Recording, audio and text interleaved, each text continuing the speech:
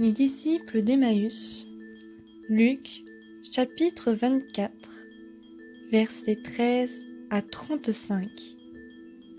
Le même jour, c'est-à-dire le premier jour de la semaine, 2 disciples faisaient route vers un village appelé Emmaüs, à 2 heures de marche de Jérusalem, et ils parlaient entre eux de tout ce qui s'était passé. Or, tandis qu'ils s'entretenaient et s'interrogeaient, Jésus lui-même s'approcha, et il marchait avec eux. Mais leurs yeux étaient empêchés de le reconnaître. Jésus leur dit : « De quoi discutez-vous en marchant ? » Alors ils s'arrêtèrent, tout tristes. L'un des deux, nommé Cléophas, lui répondit : « Tu es bien le seul étranger résidant à Jérusalem qui ignore les événements de ces jours-ci. » Il leur dit : « Quels événements ? » Ils lui répondirent : « Ce qui est arrivé à Jésus de Nazareth, cet homme qui était un prophète puissant par ses actes et ses paroles devant Dieu et devant tout le peuple.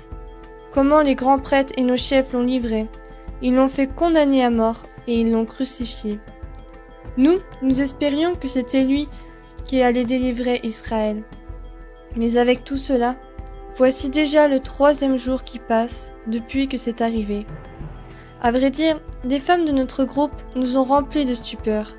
Quand, dès l'aurore, elles sont allées au tombeau, elles n'ont pas trouvé son corps. Elles sont venues nous dire qu'elles avaient même eu une vision, des anges qui disaient qu'il est vivant. Quelques-uns de nos compagnons sont allés au tombeau et ils ont trouvé les choses comme les femmes l'avaient dit. Mais lui, ils ne l'ont pas vu. Il leur dit alors : « Esprit sans intelligence, comme votre cœur est lent à croire tout ce que les prophètes ont dit.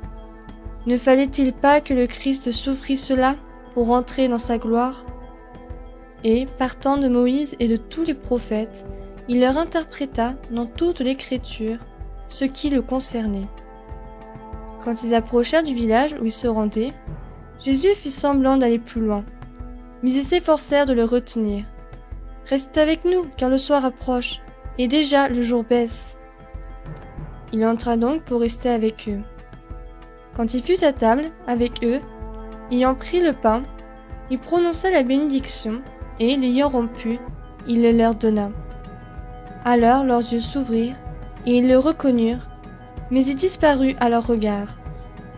Ils se dirent l'un à l'autre : « Notre cœur n'était-il pas brûlant en nous, tandis qu'il nous parlait sur la route et nous ouvrait les Écritures ?» À l'instant même, ils se levèrent et retournèrent à Jérusalem. Ils y trouvèrent réunis les 11 apôtres et leurs compagnons, qui leur dirent : « Le Seigneur est réellement ressuscité, il est apparu à Simon-Pierre. » À leur tour, ils racontaient ce qui s'était passé sur la route et comment le Seigneur s'était fait reconnaître par eux à la fraction du pain. Évangile aujourd'hui. Dans notre vie chrétienne, nous avons des moments où nous nous interrogeons parfois sur ce que l'on apprend. Nous avons des épreuves dans notre vie qui nous interrogent sur la toute-puissance de Dieu, l'intérêt de la prière ou de venir à la messe, décès, divorce, guerre dans d'autres pays, la pandémie actuelle, etc. S'interroger est-il un manque de foi ? Les disciples d'Emmaüs nous montrent que s'interroger n'est pas manquer de foi. Un chrétien doit s'interroger, se poser des questions, dire que certains enseignements lui posent des problèmes de compréhension.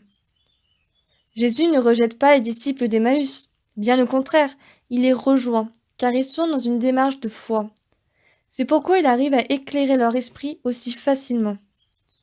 D'ailleurs, leur démarche est confirmée par les apôtres qui déclarent : « Le Seigneur est réellement ressuscité, il est apparu à Simon-Pierre. »